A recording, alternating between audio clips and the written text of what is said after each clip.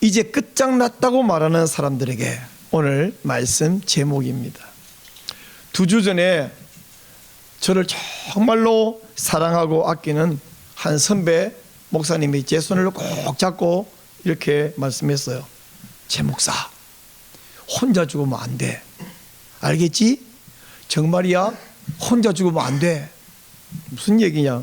제가 동성애 독재법과 싸우고 이 일에 앞장서는 것을 알고 저를 걱정하고 아껴서 하는 말씀이에요. 저는 그 선배가 저를 얼마나 아끼고 얼마나 사랑하는지 알고 있습니다. 제가 힘들 때 말만 해주는 분이 아니라 돈도 주고 밥도 사주고 진심으로 위로해주는 그런 분입니다. 저는 그분을 개인적으로 목사님이라고 부르기보다 형님 이렇게 부르고 있어요. 그래서 그분의 그 진심 어린 충고를 알기에 제가 알겠다고 대답을 했습니다. 그리고 그 후에 곰곰이 생각을 해봤어요. 혼자 죽으면 안 되는 건가? 이렇게 하면 죽는 건가? 세상이 어떻게 되든지 교회가 어떻게든지 그저 조용히 있으면 잘 사는 건가? 대부분의 사람들이 좋아할 말을 하고 좋아할 행동을 하면 그게 지혜로운 사람인가? 곰곰이 고민을 했습니다. 아니 그분을 지금 비꼬는 마음은 요만큼도 없어요. 진심으로 아낀 줄 알고 있는데 제가 고민을 했어요. 그러다가 사도 바울의 말이 생각이 납니다. 바울은 이렇게 말했어요. 갈라디아서 1장 10절에서 이제 내가 사람들에게 좋게 하랴 하나님에게 좋게 하랴 사람들에게 기쁨을 구하랴 내가 지금까지 사람의 기쁨을 구하는 것이었다면 그리스도의 종이 아니니라 라고 말했거든요. 그러다가 바울은 혼자 죽었습니다. 독일의 본회포도 혼자 죽었습니다. 주기철 목사도 혼자 죽었습니다. 문중경 전도사님도 혼자 죽었습니다. 아담의 아들 아벨도 가인에게 혼자 죽었습니다. 그리고 히브리서 11장 4절은 이렇게 말합니다. 아벨을 향하여 말합니다. 그가 죽었으나 그 믿음으로써 지금도 말하느니라. 동성애 독재법을 막으면 혼자 죽게 되는지 잘 모르겠습니다. 아직 제가 국내외적으로 동성애 독재법을 막다가 감옥에 간 사람 이야기는 들어도 그 때문에 죽었다는 말은 아직 들어보지 못했습니다. 근데 여러분, 동성애 독재법 막지 않으면 그 사람은 안 죽나요? 이 세상 사람 가운데 죽지 않을 사람이 있습니까? 우리 모두 결국 죽을 사람들 아닙니까? 지금 우리나라는 심각한 위기에 처해 있습니다. 그렇게 우리가 격렬하게 계속 반대했음에도 불구하고 지난 7월 18일 대법원 전원합의체가 결국 동성 커플에게 직장건강보험료 피부양자 자격을 인정하고야 말았습니다. 이제 이 말은 남자 2사람 혹은 여자 2사람 동성 커플도 사실혼 부부로 인정한다는 소리입니다. 3일 전입니다. 11쌍의 동성 커플들이 그러니까 22명이죠. 동성 결혼을 인정해달라고 집단 소송을 제기했습니다. 여러 언론이 이 소식을 전하면서 동성 부부라는 단어를 기사에 사용했어요. 불법적 단어입니다. 우리나라 헌법에는 남자끼리 여자끼리 그런 결혼 인정되지 않습니다. 반드시 일남 일녀의 결혼만 헌법적으로 인정이 되는데 헌법에 위배되는 단어 동성부부라는 단어를 기자들이 쓰고 있으니 기자들이 함께 미쳐가고 있습니다. 어제 저녁에 토요일 밤 무려 3차례의 줌 회의를 했습니다. 진평년 회의도 하고 보건법률 회의도 하고 성수협 회의도 하고 어제 우리 보건법률가 회에 모여서 대책 회의를 했어요. 어떻게 할 것인가? 이제 그 대책회의 내용이 오늘 아침 우리가 기독일보에 기사화되어 있어요. 우리 조영길 변호사님 인터뷰 방식으로 기사화됐는데 이제 오늘 내일쯤 되면 더 많은 뉴스에 기사가 나올 것입니다. 우리 대책회의에서 저는 보건법률가이지만은 법조인은 아니지만 거기에 의사도 있고 목사도 있고 함께 있는데 목사로서 법조인 아닌 나는 무슨 도움이 될 것인가 함께 의논하다가 아하, 내가 어떤 변론의 도움은 못하지만 그 재판할 때 규탄 기자회견이 분명히 많은 도움이 된다라고 말씀을 하셔서 법원 재판할 때 법원 앞에 우리가 규탄 집회를 하러 갈 참입니다. 날짜가 나오면 목사들과 함께 힘을 합쳐서 갈 때 여러분 상황이 되면 함께 가주면 옆에 가서 아무 말 좀 몰라도 서 있기만 하면 그게 도움이 되고 그게 헌신이 되는 줄 믿으시기 바랍니다. 6일 전입니다. 10월 7일 조규홍 보건복지부 장관이 국회 보건복지위원회 국정감사에 나왔습니다. 현재 국회 보건복지위원장이 박주민 의원이에요. 이 박주민이라는 사람은 은평구 갑 지역구 국회의원인데 이 사람이 평등법을 발의해서 우리가 은평구 응암동 박주민 지역구 사무실 앞에 무려 17개월을 매주 가서 규탄 집회를 했던 사람입니다. 이 사람 비가 오나 눈이 오나 우리 영상 38도 영하 10도를 아랑곳지 않고 그 앞에 가서 매번 외쳤어요. 처음에는 외치니까 우리에게 면담하자. 그래서 목사 몇 사람이 오겠거니 목사들이 뭘 알겠어? 하고 우리를 속이려고 하는데 거기에 이 박주민 의원의 서울대학교 법학대학 선배 조영길 변호사가 같이 올 줄을 몰랐죠. 그리고 이 조영길 변호사는 이 모든 동성애 독재법 만드는 이 모든 것의 근원을 알고 있기 때문에 그거 욕 야카르타 원칙에서 나온 거 아닙니까? 당신이 만든 법 아니잖아요. 꼼짝 못하고 그 뒤로 막 얼어서 말을 못하는 일이 벌어졌습니다. 그 이후도 계속해서 가서 우리는 외쳤지만 이 사람 뭐 얼굴 절대 안 보이죠. 하필 이번에는 이 박주민 의원이 보건복지위원장이 돼가지고 조규홍 장관에게 이렇게 물었어요. 대법원에서 건강보험료 피부양자 자격 인정하는 판결 나왔는데 이제 국민연금은 어떻게 할 것입니까? 조규홍 장관은 기본적으로 같은 사회보험이기 때문에 같은 기준으로 가야 하지 않을까 생각합니다. 이렇게 대답을 했어요. 여러분 이게 무슨 말인지 관심 있는 분은 지나가겠지만 엄청나게 심각한 이야기입니다. 건강보험 동성 커플에게도 인정해주고 국민연금 인정해주고 이렇게 나가기 시작하면 동성혼 합법화로 기울어지게 되기 때문입니다. 사법부가 뚫려버렸어요. 대법원 전원합의체가 판결을 내렸어요. 행정부는 좋아하든 싫든 이 사법부 결정을 지금 따라가고 있습니다. 그러면 곧 이어서 현행 상황에 맞는 입법을 해내라는 요구가 나오게 되어 있습니다. 그러면 그 소리가 힘을 얻고 지금 이 과반 이상을 차지하고 있는 주로 민주당이 이런 입법을 하고 있는데 이분들이 입법해서 통과시켜버리면 대통령이 제2요구할 명분이 없어요. 현실하고 뭐가 안 맞아야 이건 안 맞다 그러고 거부권을 행사할 건데 이미 행정부가 하고 있는 일을 법을 만들어주면 대통령이 그걸 반대하거나 거부할 방법이 없어지죠.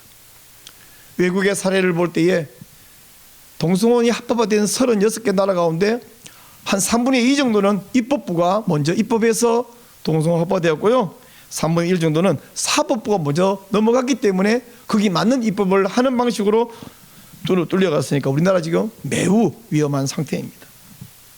이런 위험한 상황에서 우리 한국교회는 10월 27일 서울시에 100만 명이 모여서 또 지역에서 오지 못하는 분 영상으로 각 교회별 모여서 적어도 100만 명 이상 함께 모여 하나님께 부르짖고 기도하고 그래서 전 국민과 또 정치권을 향하여 우리의 강력한 반대 의사를 보이겠다. 그렇게 결심하고 추진하고 있습니다. 근데 이런 연합예배를 추진하는데 다양한 반응, 다양한 목소리가 나오고 있어요. 대한민국 서울에서 제일 먼저 부산과 목포에서 버스가 수백 대가 교회별로 지역별로 모여서 함께 달려오시려고 하는 복받을 분들이 계십니다. 관광버스 수백 대를 마련해서 오려고 그러니까요. 관광버스 회사들이 처음에는 부산서 서울 오는데 120만 원이래요. 근데 이 사람들이 가만 보니까 버스를 500대 700대 그러니까 야 우리 이번이 대목이야. 자기들끼리 수근수근 주고받아가지고 갑자기 계약을 취소합니다. 그래서 얼마? 150만 원 주세요. 170만 원 주세요. 참 어이가 없죠. 이게 불법이 되는지 어쩌는지는 법 하는 분들이 알겠지만 불법이 되더라도 그들은 그런 짓을 하고 있는데 어쨌든 모든 버스를 구할 수가 없다고 하니, 또 이것을 위해서 곳곳에서 모여서 미리 예비 기도 모임을 하고 있습니다. 지난 목요일 저녁에는 제가 경상남도 창원까지 달려갔습니다. 길원평 교수님, 손현보 목사님, 그리고 최광희 목사 강사로 세우고 열심히 간절히 기도했습니다. 내일 모레 화요일에는 또 우리 군포제일교에서 수도권 기독교연합회가 총 함께 이것을 준비하고 출정식 하는 대형 기도 모임이 준비되어 있습니다. 자, 그런가 하면 이와 정반대로 반대 목소리를 내고 이상한 논리를 내세워서 회방 놓는 사람들이 있습니다. 그런 상황 가운데 대표적인 단체가 기독교 윤리 실천 운동, 우리가 줄여서 기윤실이라고 부르는데, 이 기윤실 단체가 있어요. 제가 이 기윤실 단체의 홈페이지에 들어가 보니까 2013년에 차별금지법 제정 찬성한다 하는 성명서를 올려놨어요.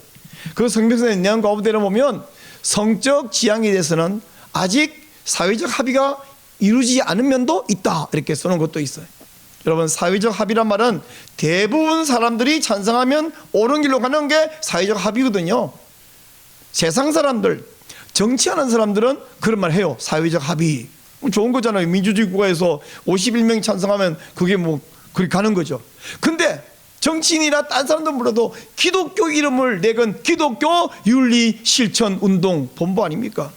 그러면 대다수 사람들이 가는 길이 옳은 길인가요? 대다수가 99%가 주장하더라도 1% 남았더라도 성경을 들고 틀렸습니다, 반대합니다 말하는 것이 기독교지. 사회적 합의가 이루어지면 그게 옳은 건가요? 거기에 차별금지법 제정에 찬성한다 하지만 성적 지향이 뭔 소리예요? 동성애 이야기예요. 사회적 합의가 이루어지지 않은 면이 있다. 기독교 이름을 내걸고 전국교회의 후원을 받아서 윤리 실천을 한다고 하는 이 사람들 정말 사회적 합의가 아니라 오직 성경에 기록된 하나님 말씀을 기준으로 삼는, 그것이 바로 기독교 윤리 아니겠습니까? 동성애가 윤리입니까? 동성애가 그게 보편타당한가요? 그게 성경적입니까? 제가 볼 때 기독교 윤리 실천 운동에는 기독교도 없고 윤리도 없는 단체다 싶은데, 이 사람들이 지금 우리 10월 27일 연합예배를 맹비난을 해놨습니다. 그러자 이 기윤실의 성명에 대해서 트루스포럼, 복음법률가회, 예배회복자유실천연대, 17개 광역시도 악법대응본부, 한국교회 반동성애 교단연합 등 여러 단체가 반박하는 성명서를 발표했습니다. 악법대응본부 성명서는, 반대 성명서는 물론 사무총장인 제가 썼습니다. 그 성명서 내용이 NK 뉴스그룹에도 기사화되고 오늘 우리 주보에도 실어놨는데 여러분 반드시 좀 읽어보시고 무슨 소리 하는가 좀 보면서 약간 또 유식해지시기를 바랍니다. 기윤실 외에도 이와 같은 논조의 목소리를 내는 단체들이 있고 개인들이 있습니다. 아주 악한 사람들입니다. 원수가 밖에만 있는 것이 아니라 교회라는 울타리 안에 와 있는 거예요. 생선은 머리부터 썩는다라는 말이 있습니다. 내부에서 부패하고 내부에서 분열하면 어느 단체든지 망하는데, 지금 교회 안에 교회 일원인 것처럼 들어와서 자리를 차지하고는 이런 썩는 소리를 하고 있습니다. 교회 안에서 반성경적 반기독교 목소리를 내는 이런 사람이 우리의 힘을 빼고 있습니다.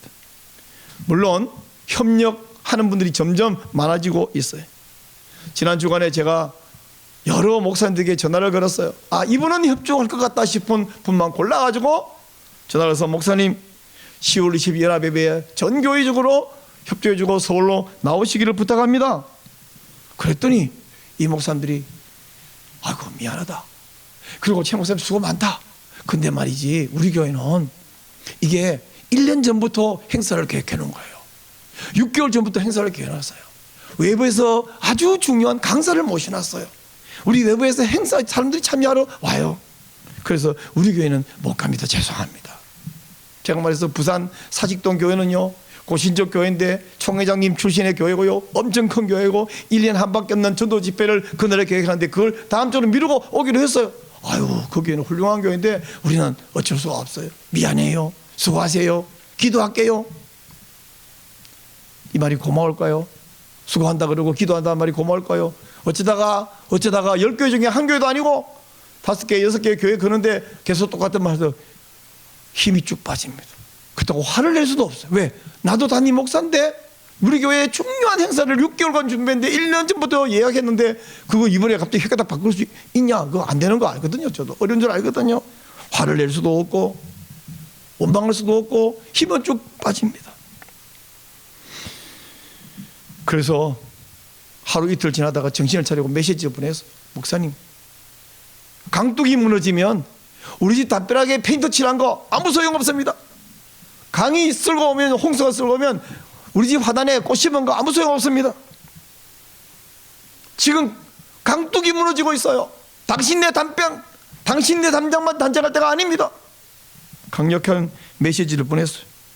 그랬더니 어제 저녁에 두 교회에서 생각을 바꾸어서 행사를 미루고 생각을 바꿔서 이번 10월 20일 다 참석하기로 했다고 메시지가 왔어요. 너무너무 고맙다. 그리고 그 사실을 적어서 또 다른 사람에게 보내면서 이 교회는 말이요, 누구라 말하면 다 아는 사람이기 때문에 이 교회는 행사를 미루고 오기로 했다고 합니다. 많은 사람들이 할렐루야. 오늘 주일 아침에 또 한 교회가 우리 못 옵니다. 제가 너무 존경하는 바꿀 수 없는 목사님을 모셔놨거든요. 제가 그랬어요. 그 목사님 교회도 다 참석하라 하세요. 다음 주에 강사로 오시고 강사로 그 목사님도 자기 교회도 다 참석하고 당신 교회도 참석해라. 아이고 그게 안 돼. 그럴 수 있는 대상이 아니요. 아니 그 어떤 유명하고 훌륭한 목사가 하나님보다 더 중요합니까? 근데 오늘 그 교회가 행사 계획을 미루기로 했다고 아침 메시지가 왔어요.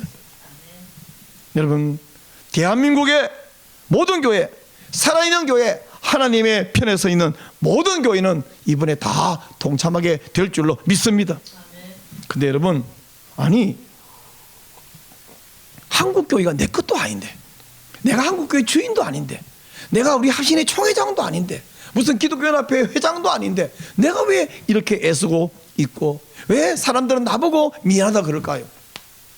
저는 대표회장, 총회장 그 사람이 한국교회의 주인이 아니라 한국교회에 대해서 주인의식을 가지는 사람이 주인공이라고 저는 믿습니다.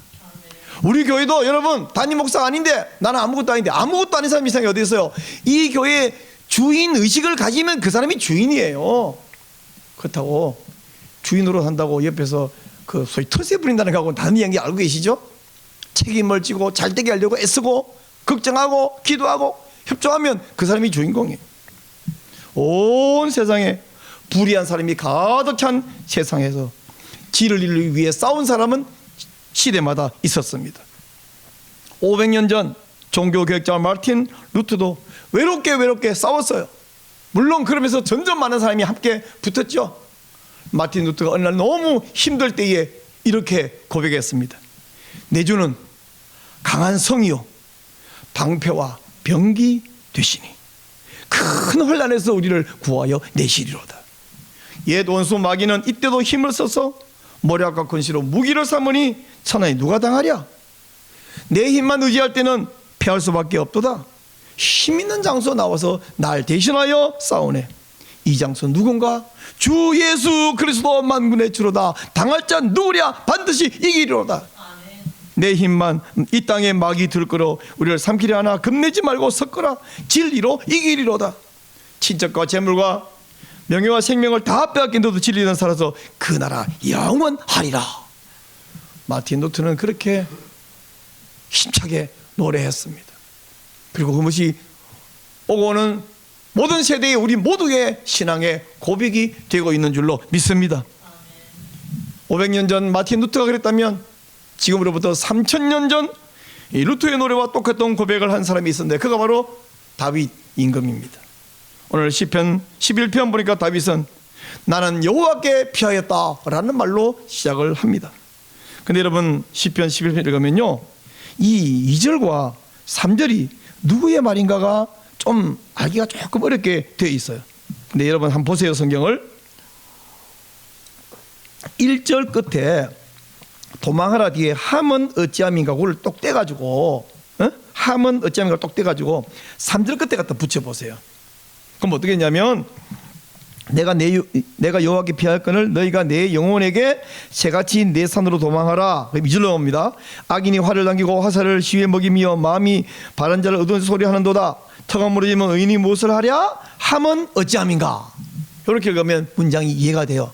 즉 1절 네가 네 산으로 도망하라부터 시작해서 2절과 3절 전체는 다른 사람이 다윗에게 말하는 거거든요. 그 말을 듣고 다윗이 너 어찌하여 이런 말을 하느냐? 라고 지금 대꾸를 하고 있는 것입니다. 이 말을 해준 사람이 다윗의 원수가 아니에요. 제가 볼 때 굉장히 다윗을 아끼는 사람이 이 말을 했습니다. 예, 생각해봐. 지금 악인이 말이야 어두움 속에 숨어서 너는 안 보이지. 근데 활 시위에 지금 화살을 먹여서 팽팽하게 당기고 너를 노려보고 있어. 어떻게 되겠니? 빨리 산으로 도망가야지. 새같이 마치 새가 산에 가서 나무 사이에 숨을 뿌려야 이 포수에게 안 죽을 거 아닙니까? 빨리 산으로 도망가라. 안전한 곳으로 피해라. 숨어라. 노출되지 않는다. 모난동이 정 맞는다. 그리고 3절 덧붙여 말합니다. 터가 무너지면 의인이 무엇을 하랴? 터가 무너지면, 기초가 무너져버리면, 원칙이 바뀌어버리면 이제 나서서 네가 뭐 할 수 있겠느냐? 라고 이야기하는 거예요. 괜히 나서서 화살 맞지 말고, 괜히 어렵게 산다고 버티다가 혼자 죽지 말고 산으로 피해서 조용히 생명을 부지해라. 이 사람은 다윗을 아껴서 이 말을 해줬습니다. 1절, 2절, 3절 이 사람의 충고는 정말 눈물겨운 충고입니다. 끝장났어. 근데 뭐하러 고생하니? 혼자 죽으면 안 돼. 동성원 합법화, 세계적인 추세야. 다 무너지고 대한민국 하나밖에 안 남았어. 과연 한국교회가 막을 수 있을 것 같아? 금방 분명히 무너질 거야. 근데 뭐하러 나서서 고생하니? 어찌 보면 오늘날 한국교회, 아니 전 세계가 터가 무너진 것 같습니다. 악인들이 더 큰 소리를 치고 있습니다. 숨어서 의인을 향하여 활 시위를 당기고 있습니다. 이러다가 자칫하면 혼자 죽을 수도 있을 것 같습니다. 근데 말이죠, 이어지는 4절부터 7절까지 말씀에 다윗의 고백이 나옵니다. 여호와께서는 하늘에서 인생을 굽어 살피고 계십니다. 그리고 악인들은 불과 유황불 속에 집어 던지실 것입니다. 반면에 의인은 하나님 앞에 서서 하나님께 나아갈 수 있을 것입니다. 우리 하나님 편의 선자는 반드시 최후로 승리할 것을 믿는 자들입니다. 다윗이 고백하는 하나님은 어떤 하나님이냐면, 첫째, 하나님은 성전에 계시고 하늘 보좌에 계신 줄 믿으시면 아멘. 아멘. 둘째, 하나님은 모든 인생을 굽어 살펴보고 계십니다. 아멘. 아멘. 셋째, 하나님은 악인을 미워하고 의인을 보살펴 주십니다. 아멘. 넷째, 하나님은 악인을 지옥에 보내십니다. 아멘. 마지막으로 하나님은 정직한 의인이 하나님을 뵙게 해 주십니다. 아멘. 여러분, 너무 힘들고 모두가 악한 길로 가고 있을 때 여러분은 어느 길을 선택합니까? 혹시 악인에게 항복하고 비록 원하지는 않지만 그냥 악인에게 동조하면서 살아갑니까? 세상이 바뀌었는데 독야 청청해서 뭐 하겠느냐? 그러면서 둥글둥글 살아갑니까? 이제는 뉴노멀 시대이다. 예배당에 안 모이고 영상으로 유튜브 들고 각각 집에서 추리닝 바람으로 소파에 앉아서 예배드리는 그게 새로운 표준이다, 뉴노멀이다, 그렇게 주장합니까? 이제는 동성애 문제는 대세가 넘어갔다, 동성애에 반대하는 것은 꼰대들의 목소리다, 그렇게 말하면서 살아갑니까? 아니면 이도 저도 싫어서 산으로 도망갑니까? 세상이 꼴보기 싫지만 세상을 바꿀 수도 없고 그래서 혼자 조용히 숨어서 숨만 깔딱깔딱 쉬면서 산 것도 아니요 준 것도 아닌 그렇게 살아갑니까? 아니면 여러분은 하나님은 살아계신다, 내주는 강할성이요 방패와 병기 되신다 라고 외치면서 세상과 악을 대항하여 싸우십니까? 성경은 우리에게 싸우라고 말합니다. 사무엘상 4장 9절 대장부같이 되어 싸우라. 느헤미야 4장 14절 너희 형제와 자녀와 아내와 집을 위하여 싸우라. 잠언 24장 6절 너는 전략으로 싸우라. 디모데전서 6장 22절 믿음의 선한 싸움을 싸우라. 유다서 1장 3절 믿음의 도를 위하여 힘써 싸우라. 성경은 싸우라고 말하지 사이좋게 지내라, 숨어라, 그저 조용히 순응하고 숨죽이고 그냥 있어라, 아니면 거기 타협하고 그쪽 편에 협조해라 라고 말하지 않습니다. 하나님은 우리를 구경꾼으로 부르지도 않았습니다. 응원단으로 부르지도 않았습니다. 우리를 용사로 부르신 줄 믿으시기 바랍니다. 우리의 싸움은 혈과 육을 대항하는 싸움이 아니에요. 그러므로 총칼로 무장하고 십자군 전쟁을 하자는 것이 아닙니다. 우리의 싸움은 기도하고 예배하는 싸움입니다. 여호사밧 왕이 찬양대를 군대 앞에 내세웠듯이 우리는 찬양하면서 하나님 앞에 나아가는 싸움입니다.